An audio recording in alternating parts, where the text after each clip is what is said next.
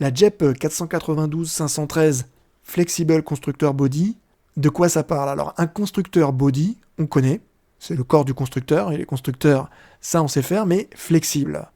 Ça veut dire quoi, flexible?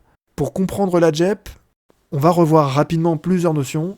On va parler de l'ordre d'exécution des constructeurs. Ensuite, il faudra parler d'appel de constructeur implicite. Après, on se penchera sur le corps d'un constructeur et sur ce que peut vouloir dire flexibilité dans le cadre d'un corps de constructeur. Déjà, l'ordre d'appel. Pourquoi on parle d'ordre d'appel de constructeur? C'est parce que nos classes, elles héritent d'une classe, qui hérite d'une classe, qui hérite d'une classe, et qui à la fin hérite d'une classe, qui hérite d'objets. Donc on a toujours une hiérarchie, une structure en couche un peu si on veut, de classes. Quand on crée un objet, à partir d'une classe, on doit appeler tous les constructeurs, parce que dans les classes parentes, on a aussi des propriétés, des champs à initialiser, et il faut nécessairement le faire.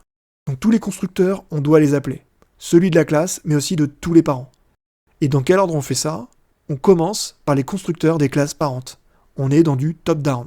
En fait, quand vous exécutez le constructeur d'une classe, le constructeur, il commence par dire hop hop hop, j'ai un parent, donc je vais déjà lui demander de se construire, et ainsi de suite. Le parent, il va demander à son parent. Ce qui fait que, à la fin, le premier constructeur à réellement s'exécuter, c'est celui de la classe de plus haut niveau. Autre notion, la notion de constructeur implicite.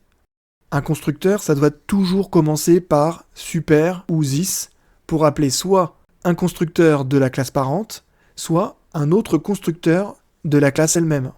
Quand on crée un objet et qu'on appelle son constructeur, si Java ne trouve pas en première instruction du constructeur un appel à super ou à this, il va lui-même insérer un super qui ressemble à ça. Donc dans le bytecode, on aura cet appel, ce qui fait qu'à la création de l'objet, on appellera bien le constructeur parent en premier. On arrive maintenant à la notion de flexibilité. Donc pourquoi tout ça, ça poserait problème? C'est en place depuis Java 1.